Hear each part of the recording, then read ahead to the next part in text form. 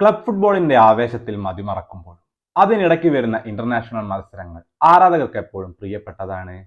ഒരു നീണ്ട ഇടവേളയ്ക്ക് ശേഷം അങ്ങനെ വീണ്ടും ഒരു ഇന്റർനാഷണൽ ബ്രേക്ക് വരുന്നു. ഇത്തവണ ആരാധകരെ കാത്തിരിക്കുന്നത് ഒരുപിടി തകർപ്പൻ പോരാട്ടങ്ങളാണ്.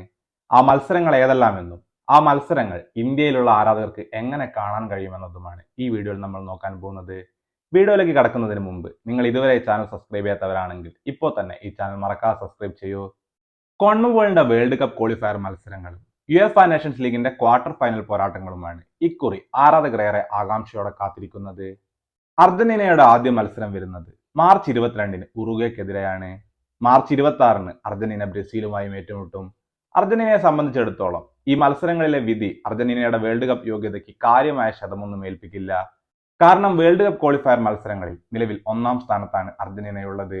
എങ്കിലും മത്സരങ്ങൾ ഉറുഗ്വേക്കെതിരെയും ബ്രസീലിനെതിരെയും ആയതുകൊണ്ട് തന്നെ ഇത് അവർക്കൊരു അഭിമാന പോരാട്ടമാണ്.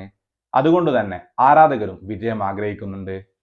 ബ്രസീലിന്റെ മത്സരങ്ങൾ കൊളംബിയക്കെതിരെയും അർജന്റീനയ്ക്കെതിരെയുമാണ്. ബ്രസീലിനെ സംബന്ധിച്ചിടത്തോളം ഈ മത്സരങ്ങളിൽ വിജയം അത്യാവശ്യമാണ്. നിലവിൽ കോൺമബോളിന്റെ വേൾഡ് കപ്പ് ക്വാളിഫയർ പോരാട്ടങ്ങളിൽ 5-ാം സ്ഥാനത്താണ് ബ്രസീൽ ഉള്ളത്. അതുകൊണ്ട് തന്നെ ഒരുപക്ഷെ തോൽവിയിലേക്ക് പോയാൽ അവരുടെ കാര്യങ്ങൾ കൂടുതൽ പരുങ്ങലിലാവും. ബ്രസീൽ ടീമിനെ സംബന്ധിച്ച് ഏറെ പ്രത്യേകതകളുണ്ട് ഈ മത്സരങ്ങൾക്ക്. കാരണം ഒരു വർഷത്തിന് ശേഷം അവരുടെ ഏറ്റവും പ്രധാന താരങ്ങളിൽ ഒരാളായ നെയ്മർ ജൂനിയർ തിരിച്ച് ടീമിലേക്ക് എത്തുകയാണ്.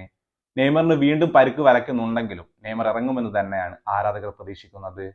നേഷൻസ് ലീഗിലേക്ക് വന്നാൽ ഏറ്റവും ആവേശം നിറഞ്ഞ പോരാട്ടങ്ങളാണ് അവിടെ ആരാധകരെ കാത്തിരിക്കുന്നത്. Germany vs Italy, Denmark vs Portugal, France vs Croatia, Netherland vs Spain.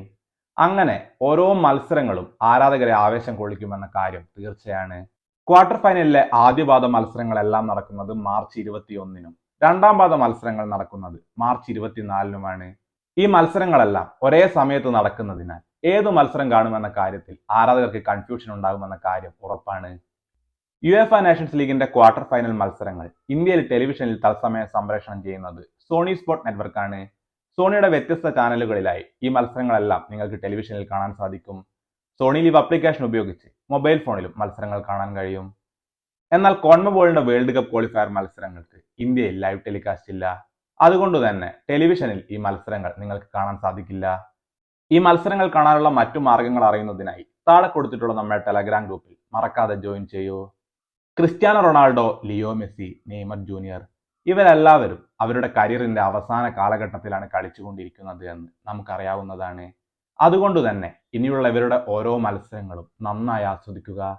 കൂടുതൽ ഫുട്ബോൾ വാർത്തകൾക്കായി ഈ ചാനൽ മറക്കാതെ സബ്സ്ക്രൈബ് ചെയ്യൂ.